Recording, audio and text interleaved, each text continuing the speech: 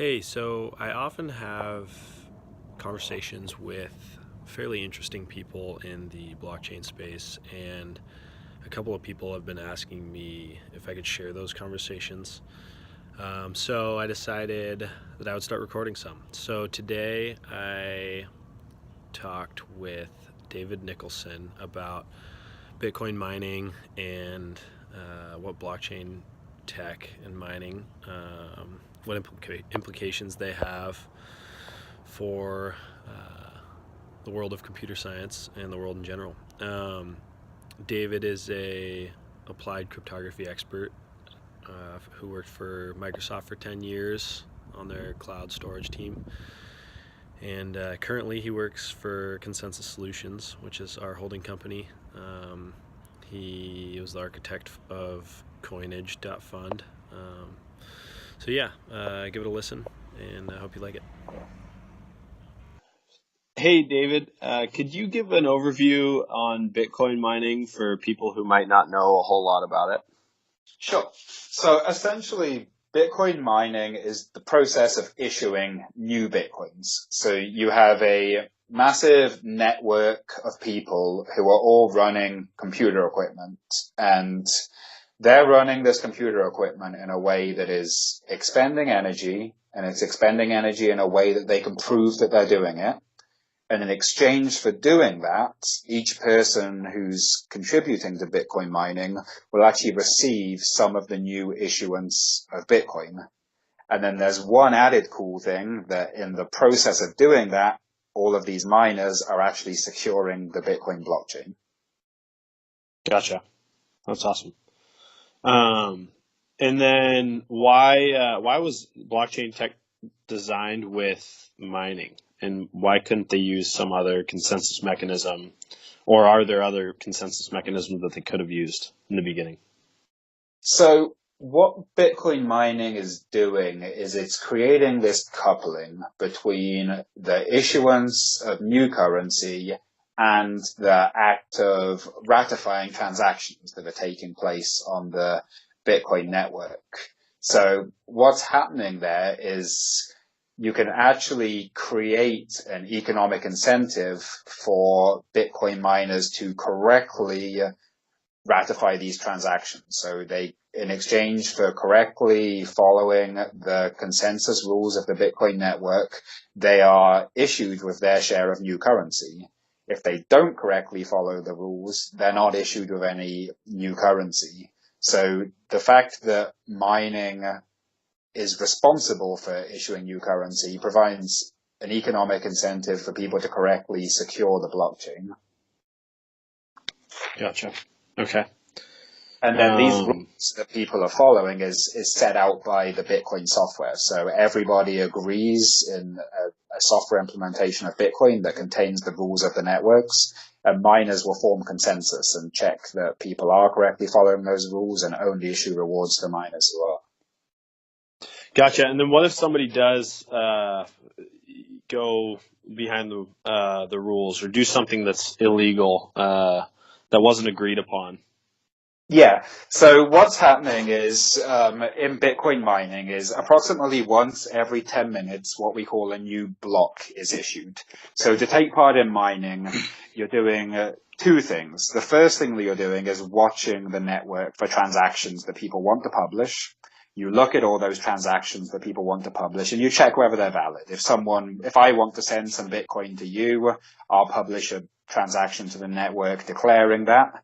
And a miner will only put that in the next block if they've checked that I actually have enough Bitcoin to send that amount of Bitcoin to you. If I do, they'll put that transaction in a new block. And then they'll be they'll be continually performing these computations to prove that they're expending energy. And they're essentially taking part in a lottery by doing that. They're continually trying to repeat this computation until eventually they successfully get an answer, which means that they are allowed to be the publisher of the next block. So once they get to that stage, they then push this out to their network. They say, here's a set of transactions I observed over the last 10 minutes. here's proof that I'm the winner in this energy spending lottery, and I am the person who is allowed to publish the next block. And they push it out to everyone else on the network. And then everyone else in the network looks at all of those transactions that you put in that block. And if they follow the consensus rules, the block will be accepted by the network and you will be issued with some Bitcoin. If the network doesn't agree with you, if the network as a whole does not believe that all of the transactions in your block are valid, you don't get any rewards and you totally wasted that energy that you expended over the previous 10 minutes. Gotcha. Okay. That makes total sense. Okay, so then could you go into pools? People often hear about mining pools and then on top of that, collusion with pools. This is always a big discussion that's being had, it seems like. Could you go into that at all? Yeah, sure. So let's break it down a bit. First off, let's talk about what a mining pool is and why they exist. Yeah, that'd be great. So I mentioned that mining rewards are probabilistic. So you have a certain amount of compute power and you're continually using that compute power to perform these cryptographic hashes. And then eventually, hopefully, you get the right magic number that makes you the winner. But the thing is, the chances of that happening are kind of astronomically rare. You have to expend an enormous amount of energy before statistically you're likely to have won this lottery. What you're doing is you're picking a random number in an incredibly massive space. And if you get lucky enough to find the correct number during your random number generation, you are the winner. But if you only had, say, a single computing device, even if it can perform these computations really fast, you see machines on the market that can do 14 terahashes per second. And that is an insane amount of cryptographic hashes, but it's nothing in terms of the amount of hashes that you'll have to do before you're statistically likely to be the chosen winner. So what you find happening is lots of different people will pool together and they'll say, let's put all of our computer equipment in a pool. We'll all try and win the next block reward. We'll all try and be the machine that produces the next block on the next 10-minute interval. And when one of us wins it, we'll actually share the proceeds between everyone in the pool. And what that does is it just gives you a bit more predictability about how often you're going to be getting rewards. If you're contributing one mining machine to a pool, your mining machine might never, ever be the one that finds the special value that lets you publish the next block. But the chances that someone in your pool is the one who finds the next block might be more reasonable. Maybe that will happen every few hours or every few days, depending on how big or small your pool is. So it's a way of providing a smaller amount of compute power to the Bitcoin network and getting rewards somewhat regularly, just much smaller rewards because they were shared between everyone in your pool. Gotcha. And then what about collusion? So what you sometimes hear people talking about is how they're worried that one mining pool might represent more than 50% of the hash rate on the network. And you'll hear people using a phrase, 51% attack.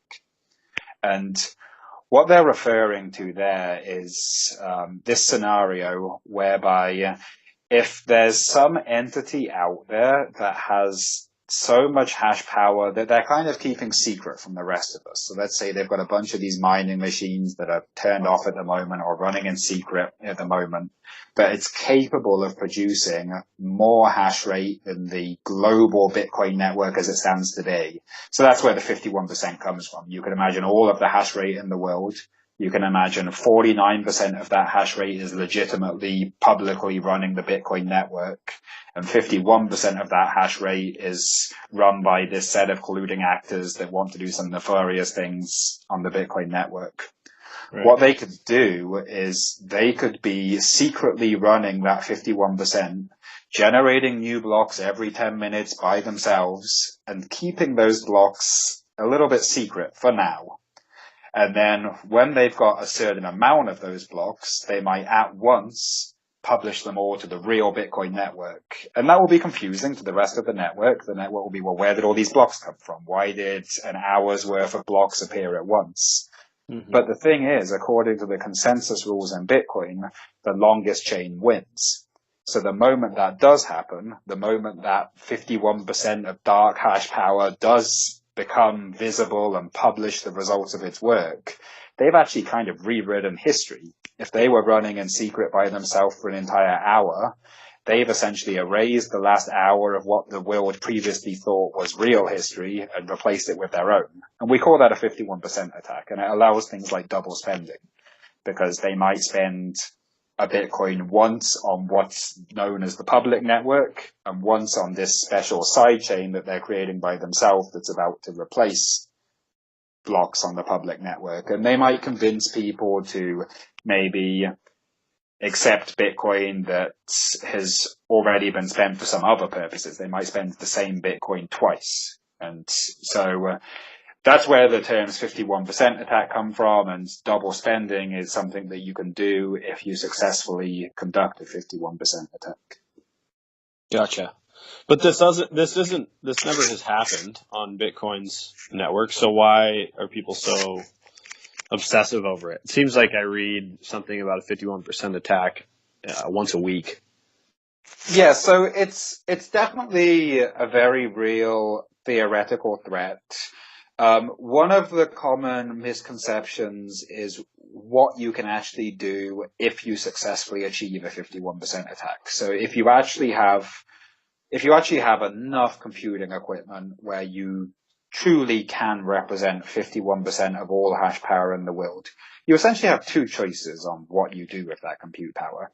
You can legitimately contribute to the Bitcoin network and get your share of the block rewards, and you'll get approximately 51% of all the new Bitcoin that's issued according to the known inflation schedule, and you'll receive approximately 51% of all the transaction fees that people are spending to make transactions on the network. So that's one of your choices. You can be the good guy.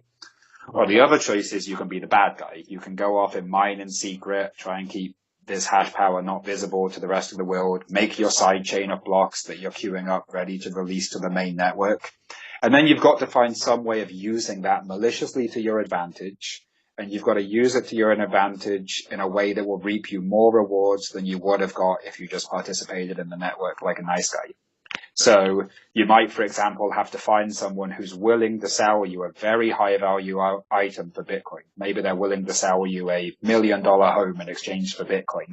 Right. And you've got to do that at the exact same time you're able to secretly run this hash power. You've got to pay them the $1 million of Bitcoin on the public chain.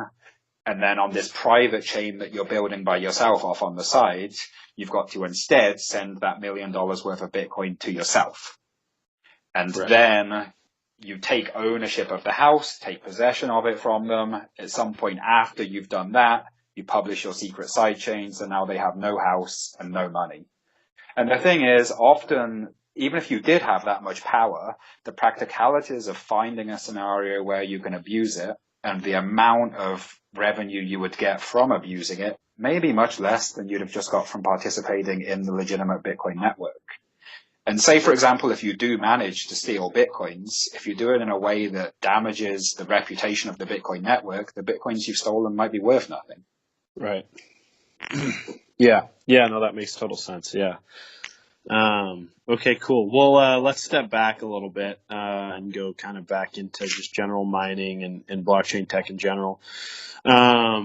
But why is it such a significant step forward in computer science? Why is blockchain tech and mining in particular such a significant step forward? Sure. So in computer science, we have this problem that you heard referred to as the Byzantine generals problem. And what that problem is, it's described as a case where you have maybe three, or it can be more, but let's say for this example, you have three entities that want to come to consensus on something. And they have to come to that consensus within a specific time schedule. So the example that's always given when you're talking about the Byzantine generals problem is that you have three generals in an army, and they all have to agree whether they either want to attack a common enemy or whether they want to retreat from that common enemy. And they all have to make that decision by a very specific time. And then at some exact point in time in the future, all three generals will either attack or retreat. And they'd better all decide to attack, or the attack's going to fail. If some of them retreat and some of them attack, that's going to be a failure. So they have to unanimously agree on retreating or attacking. And on a computer science level, that problem plays out a lot in distributed systems. You might have a distributed system that has three or more entities in it that all have to come to consensus on a specific decision by a specific time. And before Bitcoin, we actually didn't have a way of solving that problem. So Bitcoin is the first technical solution that we've had that allows consensus to be reliably achieved. So in Bitcoin, the way we do that is the information that has the most proof of work behind it is considered the trusted truth, and everyone agrees on that. And then Bitcoin's able to do that within a regulated time interval. So in fact, every 10 minutes approximately, we're able to make one of these consensus decisions as an entire network. And that's pretty cool. And that hadn't been possible before the Bitcoin white paper came out and proposed this way of solving that problem. Gotcha. Yeah, that is awesome. Okay, so then I know you've dabbled a little bit in mining. Are there any kind of average consumers making money in Bitcoin mining anymore, or altcoins? Is that a thing anymore, or is it all big multinational mining companies that are running the mines? Yeah, so there are definitely people making money from mining, and you can analyze the profitability of mining in the same sort of way that you might analyze profitability for any business, and it actually relates to very closely to more traditional mining businesses. Essentially, in mining, you have two sets of costs. So to start mining, you have to buy some equipment. You need some computer equipment before you are able to prove that you've done any computational work. And then you have some ongoing costs as well. You constantly have to pay for energy to run that computer equipment. So one way that I like to think of mining is that you're choosing to buy Bitcoin, but you're paying for it in energy instead of paying for it in something like US dollars. So you'll be continually paying maybe your local electricity company a certain amount of money for all of the energy that's going into your mining machines. And then you'll be receiving a certain value of Bitcoin from the network in exchange for doing that. And essentially, you need to be hitting a sweet spot. You need to be paying less money for your energy than the value of the Bitcoin that's being given to you by the network. And the point where it gets interesting is you probably pay for your energy in some fiat currency. If you're in the United States, you're probably paying your electricity bill in United States dollars. The rewards that you're getting for Bitcoin mining are coming to you in Bitcoin currency. And there's a very volatile exchange rate between Bitcoin and US dollars that's very hard to predict. We've seen it go all the way up as high as $20,000 last December. Obviously, it started out at near $0, and it can fluctuate wildly in between and be really hard to predict. But as a miner, you're depending on the value of the Bitcoin that you're getting out of the network always being higher than your energy costs. And the moment it's not, you're not making any profit. And if that balance tilts against your favor before you've paid for that initial hardware that you bought, then you do not have a successful business entity. If the opposite happens, then yes, you're successful and you've made a profit. You've made more revenue than you ever expended on capital, and you're continually buying new Bitcoin at cheaper than the market rate by paying for it with energy instead of with dollars. Gotcha. Okay, so there are still consumers that can efficiently have a mining business, small mining business. Yeah, there will be people out there who are mining Bitcoin and they're profitable. They're essentially able to buy Bitcoin at cheaper than the market rate. There are some people who might be mining unprofitably.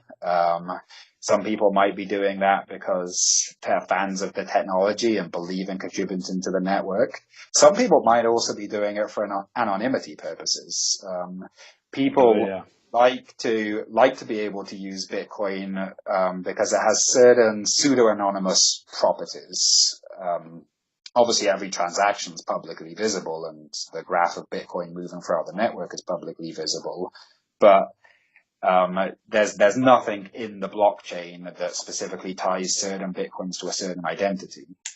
However, if as a consumer you buy Bitcoin with US dollars, if you're in the US, you might be buying them from somewhere like Coinbase. They might have asked for your social security number. They might have asked for your real name, some real details about you. So in theory, it could always be traced back which Bitcoins belong to you. If a government was able to see a transaction on the blockchain, trace the Bitcoin back to Coinbase, then subpoena Coinbase, they could potentially get your information and tie certain Bitcoins to you. For people who are mining Bitcoin, that's never the case. If you received Bitcoin as a block reward, that's not associated with any of your identity data. So there might be some people who are willing to mine even though it's slightly unprofitable, even though effectively they're paying slightly more dollars than they should be per Bitcoin through this way of paying for it through energy costs. But they might be willing to do it anyway for their anonymity. Do you think, does that worry the governments probably, or? It'll be interesting. I haven't heard of any kind of test case where governments have tried to get identity data for who owns Bitcoin that's originated from blockchain rewards. You could imagine roundabout ways where they could do it. If a massive mining installation is always sending their block rewards to exactly the same address, and then that mining installation has maybe a power outage so let's say a 1 hour power outage at a known time, then yeah, sure, you could imagine a government doing some correlation there, and you could say, okay, well, this massive mining installation suddenly stopped earning block rewards for this entire hour, and that was at exactly the same time that this 1 megawatt facility in this town went offline for an hour, and they could put two and two together. Right. But it would be nowhere near as easy as putting two and two together for who owns some Bitcoin that was purchased by a real user through Coinbase. Right. Yeah. Interesting. Yeah. I need to think more about that. Okay. And then kind of the last question that I have is, are you worried about the environmental implications of mining? I have a couple of cousins who are all up in arms about this. And so I was wondering what your thoughts are there. Yeah, good question. And yeah, it's very easy to find articles out there that talk about the energy expenditure from the Bitcoin network as a whole and how responsible that is in terms of being good citizens on our planet. So some things that I think, as we stand right now, energy consumption for Bitcoin is pretty insignificant compared to some other energy uses in the world that we could be concerned with. So maybe, for example, when you compare Bitcoin mining with some other big industries, or when you compare energy expenditure from Bitcoin mining with energy expenditure from maybe the somewhat irresponsible way that some modern countries live their lives in terms of energy expenditure. I think right now, in terms of like the bigger picture, what can we do to help our planet?